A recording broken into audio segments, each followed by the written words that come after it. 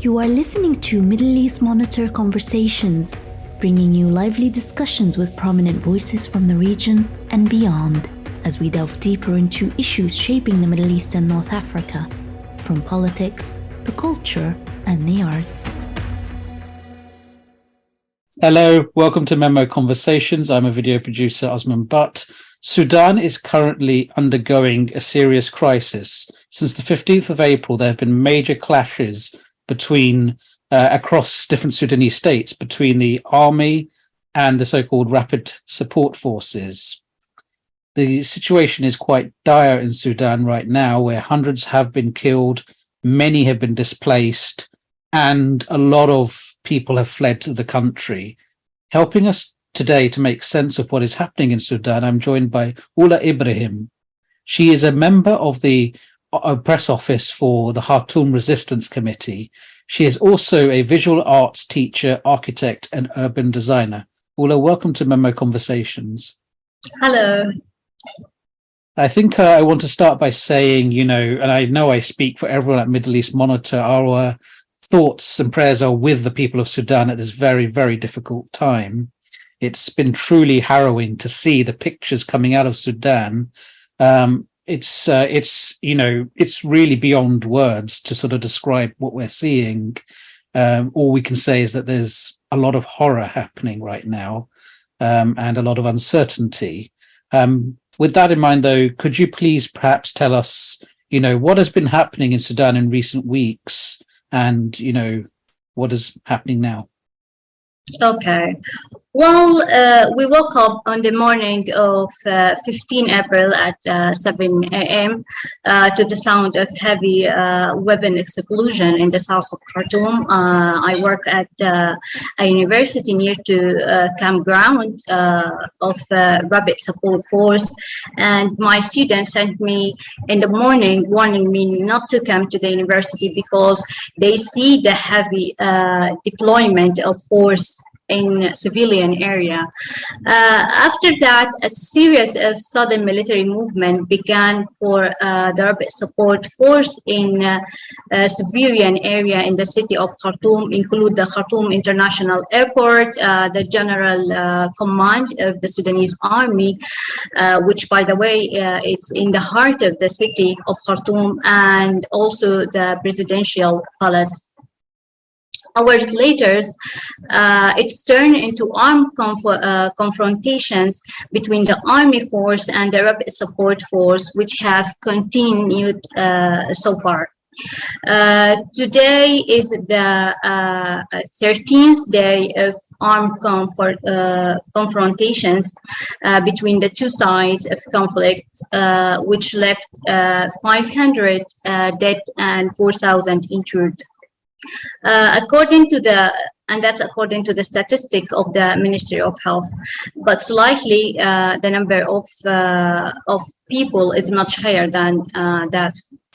Now Sudanese are going through a critical humanitarian situation as the number of refugees has been increased since the beginning of conflict. I can say that a third of residential of my neighborhood right now is refugees in safer state in Sudan. The health situation is very sad. There is no health care. Medicine have run out. Most of hospitals closed due to bombing or lack of resourcing. And access to drink water and food is very difficult. But this is still laying at the road. And that's it.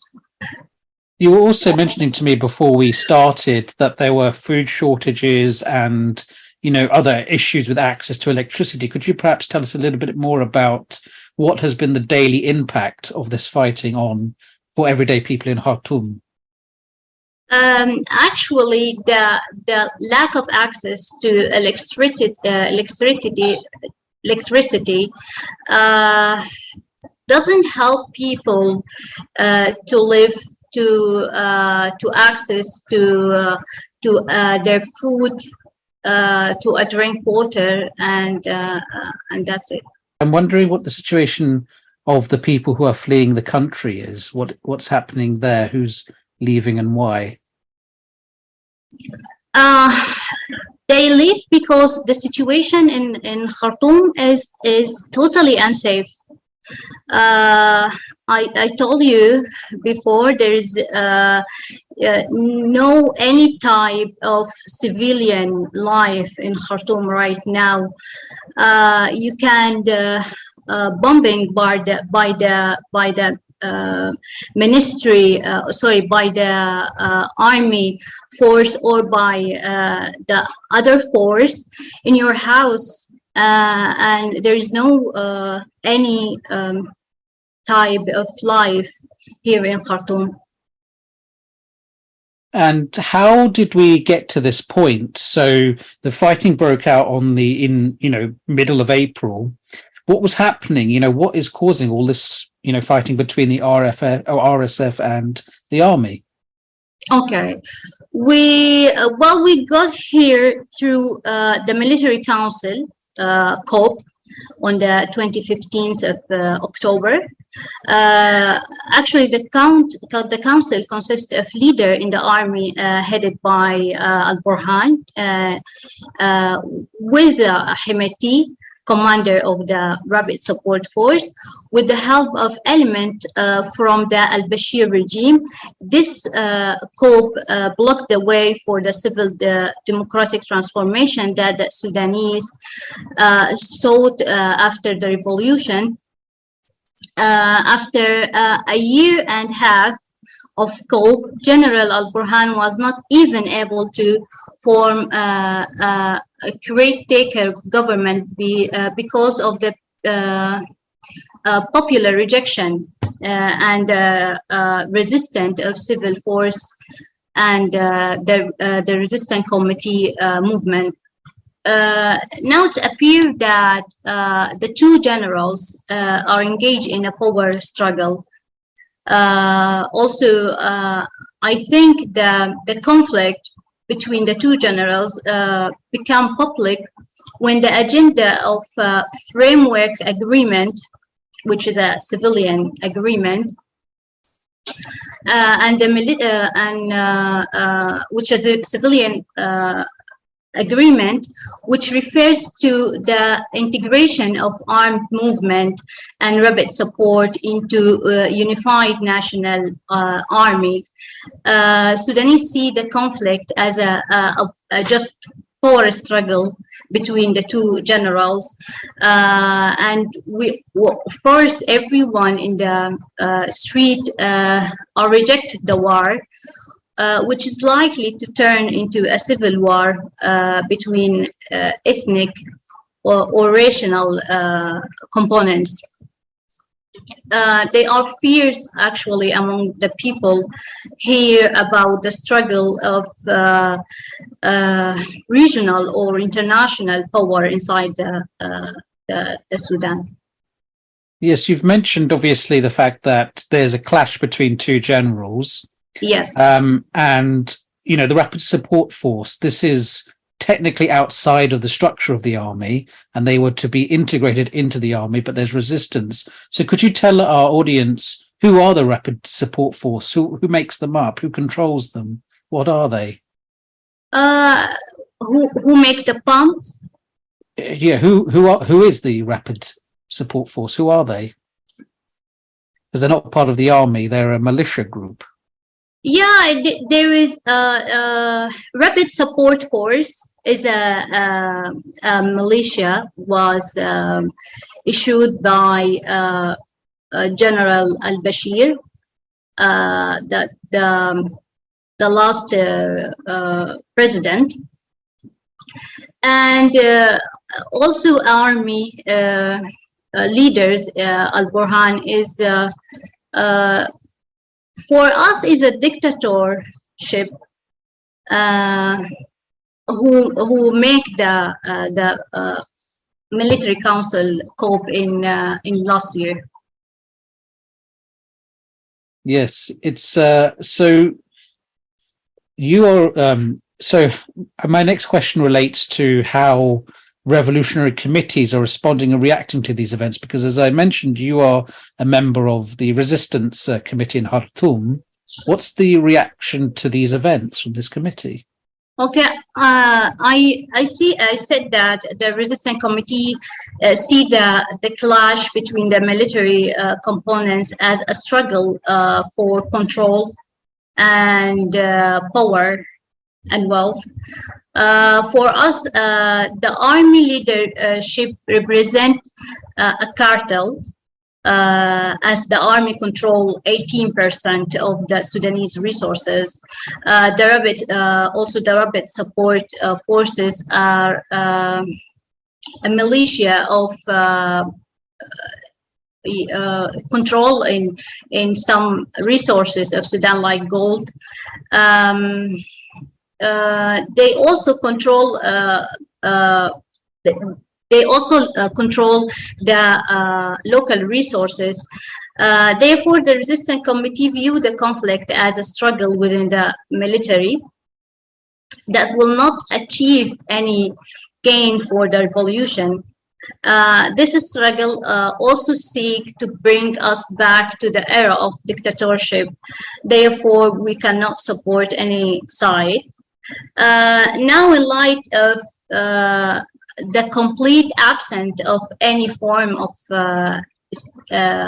government in Sudan, Resistance Committee operate field hospital to treat the intrude in every neighborhood, provide medicine and medical aid through networking with the Ministry of Health and NGOs and local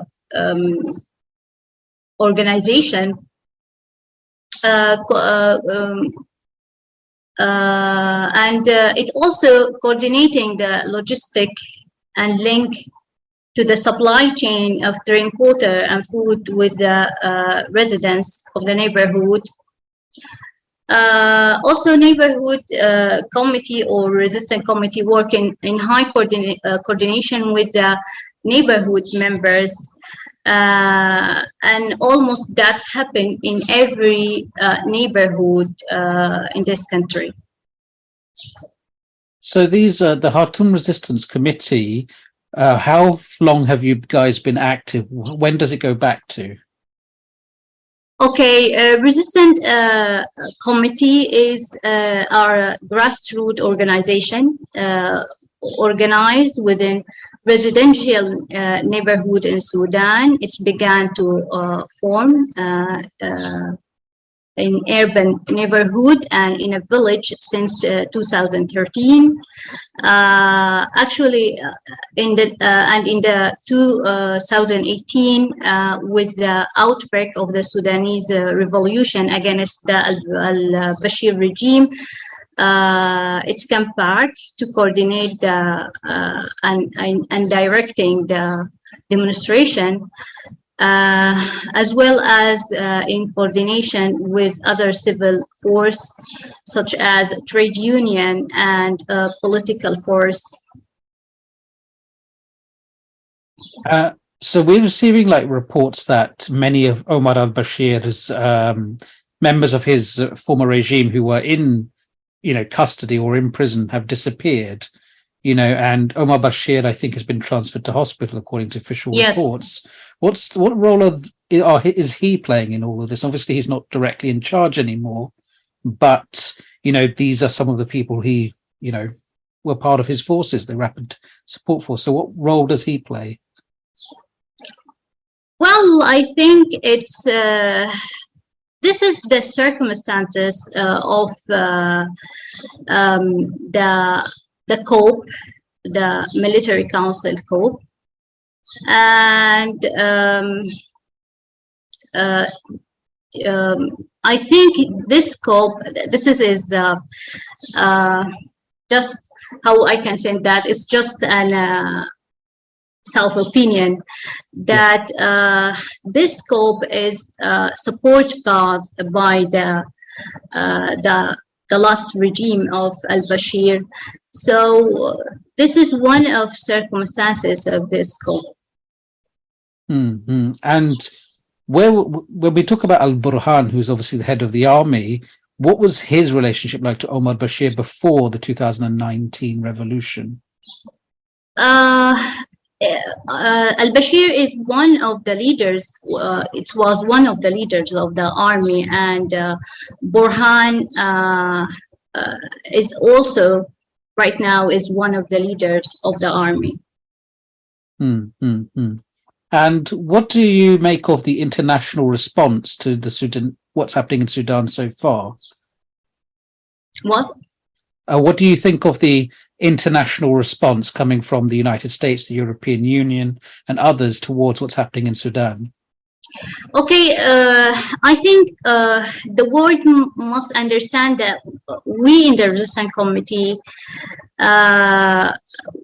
we're still with the regime for 4 years during 4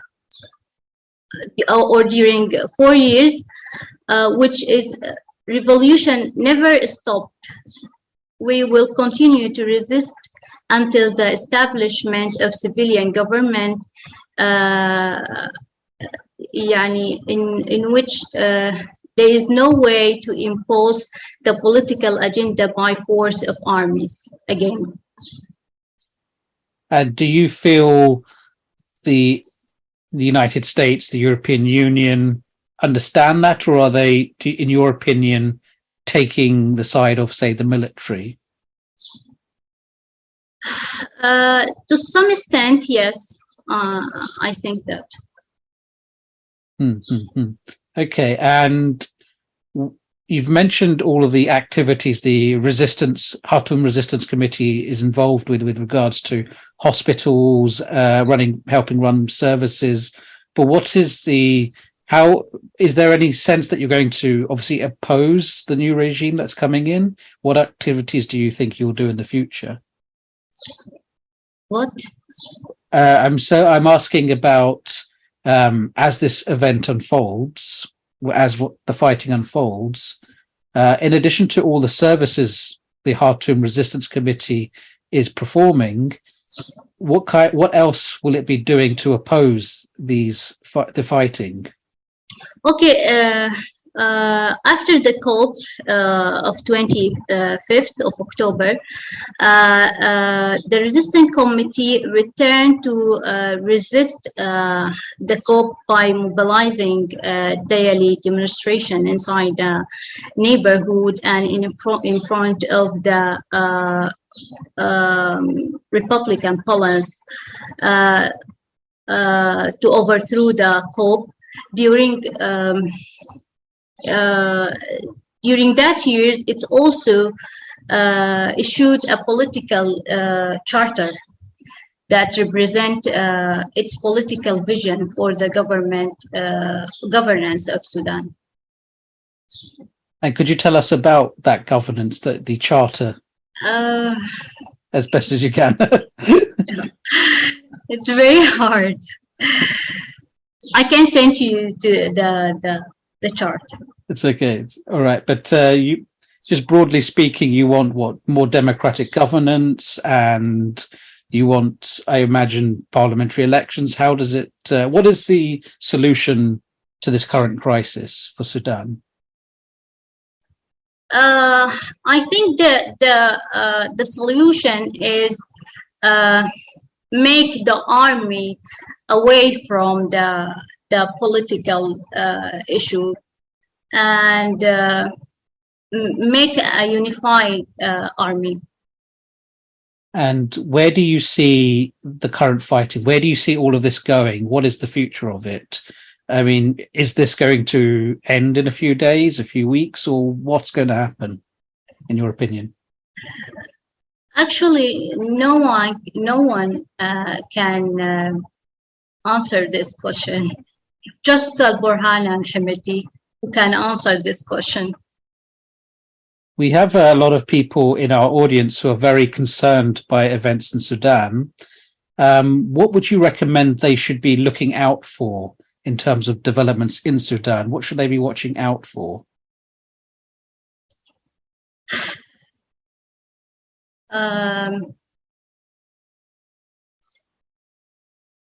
You can see that the civilian movement of resistance committee. I think it's ideal resistance committee right now. It's worked for 4 years to make democracy in Sudan. And what kind of help do you think people from the outside of Sudan should give to Sudan? I'm talking about people, you know, across different countries.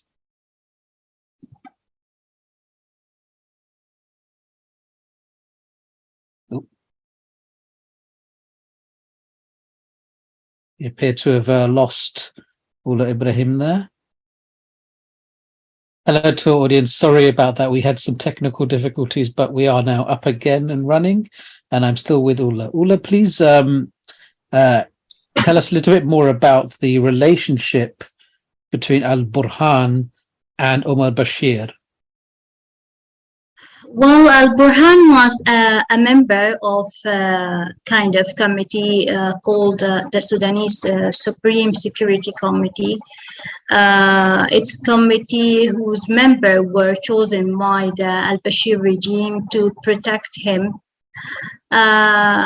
On the other side, also General Hemedti and the Rapid Support Militia were formed by Al-Bashir to carry out military operation in Darfur and also to protect him. Yes, and could you perhaps tell us about the Khartoum Resistance Committee? You guys have obviously proposals for what you want the future of Sudan to be. Could you tell us what those proposals are? A group of in the last year, a group of Sudanese Resistance Committee signed the People's Power Charter, which stipulate an end to military coups in Sudan. Also, refusal to partner with the counter-revolutionary forces, and stresses to exclusion of the military establishment from political life. And what can, you know, a lot of people in our audience are quite concerned by events in Sudan. What can they do to sort of help the situation? I think we need to hear our voice, the Resistance Committee voice, to stop the clash between the military components and to return to the path of democratic transformation, and to support the campaign. You can also support the campaign Stop War in Sudan. Resistance Committee believe that the international community has not been strong in supporting the democratic transformation in Sudan. They kept waiving personal sanctions against Generals Abdel Fattah Al-Burhan and Hemedti, but nothing happened. The world must hear and respect our choice to freedom, peace, and justice. Is there anything else you'd like to add that I haven't asked about? I hope that the suffering of the Sudanese will end, that the Resistance Committee success in reaching the goal of the revolution, which is the removing the military from political life, stopping repeated coups, obtained a democratic civil system, justice for war crime, which practiced by the previous and current military regimes. Ola Ibrahim, thank you for joining us at MEMO Conversation. Thank you. And to our audience, thank you for tuning in. Please do tune in next time for more MEMO Conversations. This was Middle East Monitor Conversations, brought to you by the Middle East Monitor in London.